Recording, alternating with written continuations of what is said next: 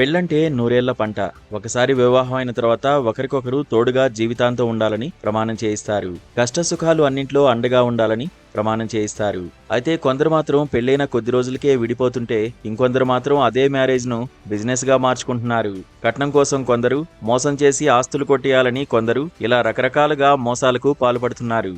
తాజాగా కర్ణాటకలోనూ ఓ వ్యక్తి వరకట్నం కోసం రెండో పెళ్లికి సిద్ధమయ్యాడు. అంగరంగ వైభవంగా వివాహ వేడుకను హాల్లో చేసుకుంటున్నాడు. అప్పుడే ఎంట్రీ ఇచ్చింది అతని మొదటి భార్య. ఆమె తన ఫ్యామిలీతో పాటు వచ్చి వరుడికి బుద్ధి చెప్పింది. చెప్పుతో కొట్టి మరీ పెళ్లిని ఆపించేసింది. ప్రస్తుతం దీనికి సంబంధించిన వార్త సోషల్ మీడియాలో వైరల్ అవుతోంది.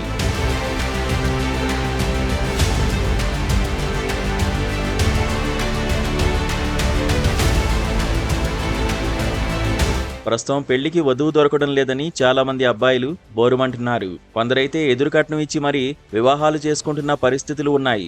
అయితే ఓ వ్యక్తి మాత్రం మొదటి భార్యను మోసం చేసి రెండో పెళ్లికి రెడీ అయ్యాడు. అది కూడా విడాకలివ్వకుండా కేవలం వరకట్నం కోసం దురాశపడి పెళ్లి కుదుర్చుకున్నాడు. ఇంట్లో భార్యకు తెలియకుండానే అన్ని ఏర్పాట్లు చేసుకున్నాడు. కానీ అతని ప్లాన్ చివరకు పెటాకులైంది.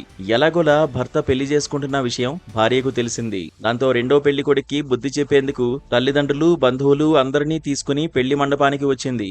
సినిమాలో హీరోలా ఎంట్రీ ఇచ్చి దుమ్ము దులిపేసింది. చిత్రదుర్గ ప్రాంతంలో ఓ వివాహ మండపంలో జరుగుతున్న ఈ వేడుకకు ఎంట్రీ ఇచ్చి పెళ్లి మండపంపైనే చెప్పుతో తన భర్తను చితక్కొట్టింది. పెళ్లికి వచ్చిన అమ్మాయి తరపు బంధువులంతా ఈ సీన్ చూసి షాక్ అయ్యారు.